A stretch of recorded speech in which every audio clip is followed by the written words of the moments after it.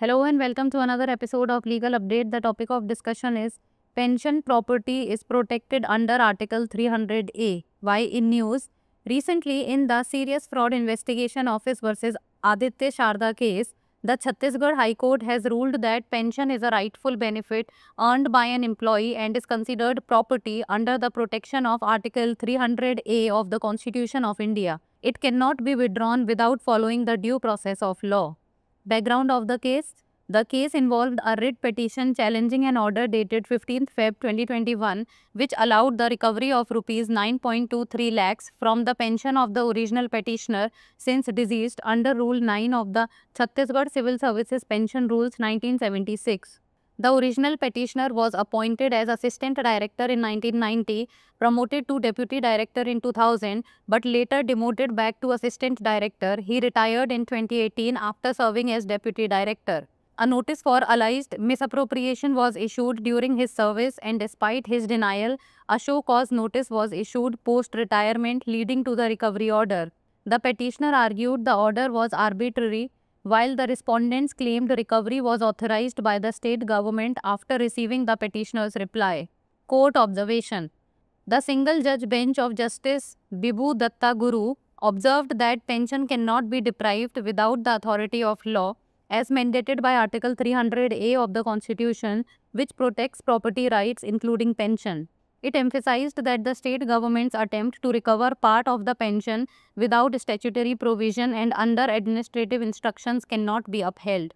The court referred to Rule 9 of the 1976 rules, which allows pension withholding or recovery only after finding a guilt in departmental or judicial proceedings. Since no such proceedings were concluded in the petitioner's case, the recovery order was deemed unlawful. Article 300A of the Constitution. This article states that persons not to be deprived of property save by authority of law. Originally, Part 3 of the Constitution established the right to property as one of the fundamental rights. However, the right to property ceased to be a fundamental right with the 44th Constitutional Amendment in 1978. It was made a constitutional right under Article 300A of the Constitution. Article 300A requires the state to follow due procedure and authority of law to deprive a person of his or her private property. Case law. Birsa Agricultural University versus State of Jharkhand. The Jharkhand High Court held that a pension is earned by the employee on account of their meritorious past services is a constitutional right under Article 300A of the Constitution of India 1950. Now it's time for the practice question. Before the 44th Constitutional Amendment, the right to property was considered a constitutional right, fundamental right, civil right or legal right. Send the answer of this question in the comments below. That's all for today. Thank you so much for watching. Pension संपत्ति अनुच्छेद 300A के तहत संरक्षित है। चर्चा में क्यों?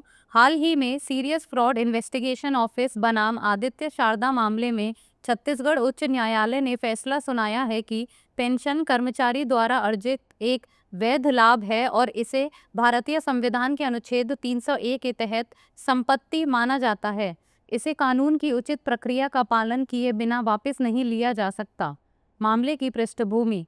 यह मामला 15 फरवरी 2021 के एक आदेश को चुनौती देने वाली एक रिट याचिका से संबंधित था, जिसमें छत्तीसगढ़ सिविल सेवा पेंशन नियम 1976 के नियम 9 के तहत मूल याचिकाकर्ता की पेंशन से 9.23 लाख रुपए की वसूली की अनुमति दी गई थी। मूल कंपनी को 1990 में सहायक निदेशक के पद पर नियुक्त किया गया था। 2000 में उन्हें उप निदेशक के पद पर नियुक्त किया गया था, लेकिन बाद में उन्हें वापस सहायक निदेशक के पद पर नियुक्त कर दिया गया। वे उप निदेशक के पद पर सेवा देने के बाद 2018 में सेवानिवृत्त हो गए। उनकी सेवा के दौरान कथित गबन के लिए नोटिस जारी किया गया था और उनके इनकार के बावजूद सेवानिवृत्ति के बाद कारण बताओ नोटिस जारी किया गया, जिसके परिणाम स्वरूप वसूली का आदेश दिया गया। याचिकाकर्ता ने तर्क दिया कि आदेश मनमाना है, जबकि प्रतिवादियों ने दावा किया कि याचिकाकर्ता का जवाब मिलने के बाद राज्य सरकार द्वारा वसूली को अधिकृत किया गया था। न्यायालय की टिप्पणी।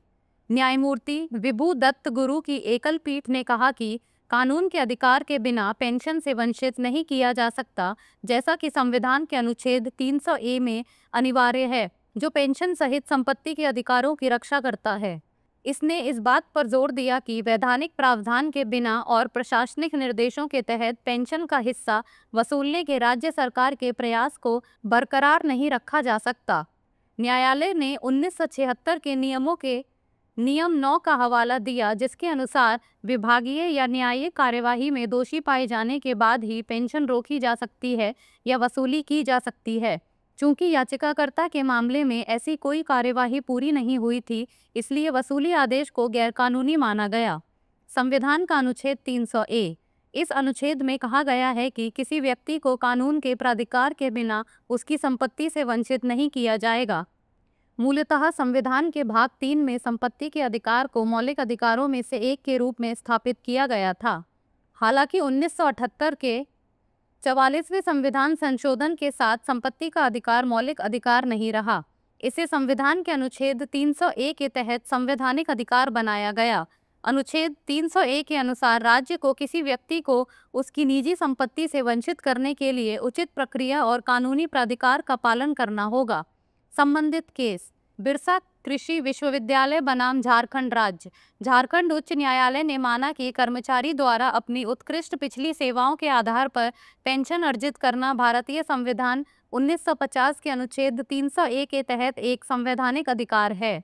अब बारी है अभ्यास प्रश्न की। 44वें संविधान संशोधन से पहले संपत्ति का अधिकार माना जाता था संवैधानिक अधिकार, मौलिक अधिकार, नागरिक अधिकार या कानूनी अधिकार। आप इस प्रश्न का उत्तर कमेंट सेक्शन में दे सकते हैं। आज के लिए इतना ही, धन्यवाद।